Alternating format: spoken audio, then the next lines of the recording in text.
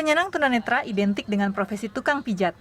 Ini karena tidak banyak pelatihan yang inklusif dan ramah terhadap mereka yang tidak mampu melihat. Profesi itu pula yang ditekuni Ernawati selama hampir 2 dekade. Namun pandemi COVID-19 memaksa Erna harus turun ke jalan menjadi pengamen. Berdampak banget karena saya selain mijit kan mijit kan pasien berkurang, jadi saya harus turun ke jalan jadinya. Dengan jual suara ya mungkin saya mendapatkan uang untuk bayar kontrakan, untuk makan, kebetulan untuk bayar sekolah anak. Ini kan juga panas. Berbekal informasi dari rekan di komunitas tunanetra, Erna bersama suaminya yang juga seorang penyandang tunanetra belajar menyeduh kopi yang diselenggarakan Blind Cafe Community pada hari Minggu. Selain bisa menikmati kopi enak, ia juga ingin memiliki kedai kopi. Bagi Ernawati, menyeduh kopi merupakan pengalaman baru baginya.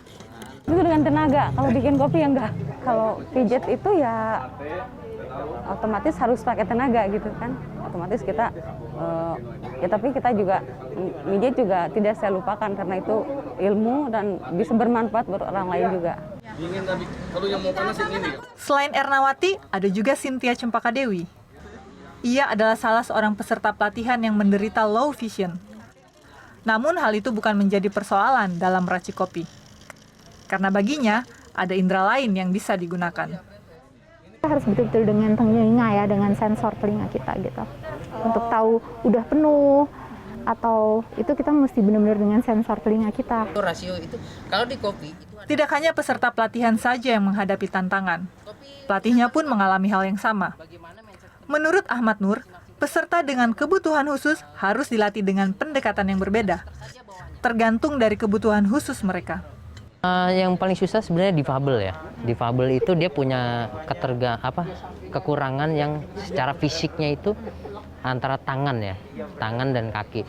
Alat indranya itu susah untuk digerakkan gitu, tangannya susah untuk digerakkan. Tapi kalau tunanetra, mereka masih bisa menggerakkan tangannya secara normal, sehingga mereka bisa meraba suatu bentuk, ya kan, sehingga mereka prosesnya lebih cepat. Kalau difabel itu membutuhkan waktu yang lebih 2 kali lipat daripada tunanetra. Saat tuangan pertama, Ahmad yang menyandang status sebagai mantan napi atas kasus narkoba ini punya motivasi sendiri dalam memberikan pelatihan bagi penyandang disabilitas. Ini dilakukan sebagai bentuk pelatihan agar ia mampu meningkatkan kepercayaan dirinya kembali. saya sendiri orang-orang yang berkebutuhan khusus. Kalaupun secara fisik saya normal, tapi saya secara mental saya terkikis juga. Kalau mereka bisa berkarya seperti ini, insya Allah mereka nggak dipandang sebagai orang yang terasing. Jadi mereka bisa berbaur terhadap orang-orang yang normal juga, dan mereka bisa diterima. Seperti halnya saya. Saat ini saya tidak menggunakan mesin, tapi menyeduh kopi menjadi kopi yang enak memang butuh skill khusus. Tapi bagi Ahmad, siapapun dengan segala kekurangannya bisa menjadi barista handal. Syaratnya adalah kemauan besar untuk menciptakan kopi enak agar kelak bisa membuka lapangan kerja. Irina Wardani, Septiadi Pradana, Tangerang Selatan. enak.